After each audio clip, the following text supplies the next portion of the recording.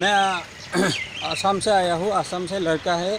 मैं दरंग डिस्ट्रिक्ट से शुरू कर दिया। हाँ। और इस प्रोग्राम हमारा जो नेचर सेव करने के लिए और सेव राइनो सेव की ब्लड डोनेशन।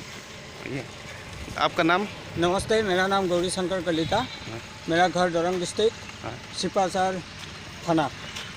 कितना डिस्ट्रिक्ट कवर कर? मेरा डिस्ट्रिक्ट 24 डिस्ट्रिक्ट ख़त्म हुआ, बात और 14 डिस्ट्रिक्ट है। अभी कहाँ है आपका डेस्टिनेशन?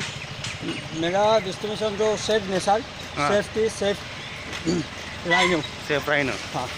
और असम जो पुलिस है, असम पुलिस का जो आदमी हमारा असम रक्षा करने के लिए चला गया ऊपर, उन लोग से मैं श्रद्धांजलि दिया है ये प्रोग्राम से।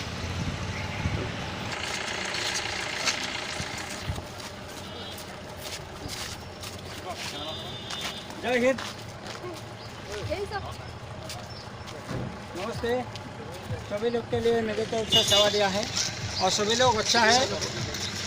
बोलो एक बार भारत माता जी बोलो। भारत माता की जय। भारत माता की जय। भारत माता की जय। Thank you so much. সকলোকে মই নমস্কাৰ জনাইছোঁ।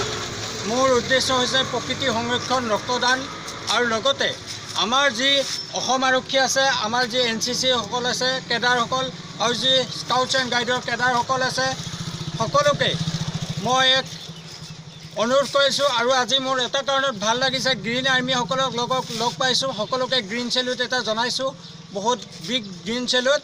গতিকে সকলোৱে যাতে এই গ্ৰীণ চেলুটটোৰ মূল্যবোধ বজাই ৰাখি কাম কৰি যায়, প্ৰকৃতি সংৰক্ষণ কৰিব লাগিব। আৰু লগতে তোমালোকক মই অনুৰোধ কৰিছোঁ, 18 বছৰৰ পিছত সকলোৱে যাতে ৰক্তদান কৰিবলৈ সাজু হৈ থকা, এটা সুস্থ শৰীৰ গঢ়িবলৈ চেষ্টা কৰা আৰু সকলোকে বিপদত পৰা মানুহক সহায় কৰা, ৰক্তদান কৰা।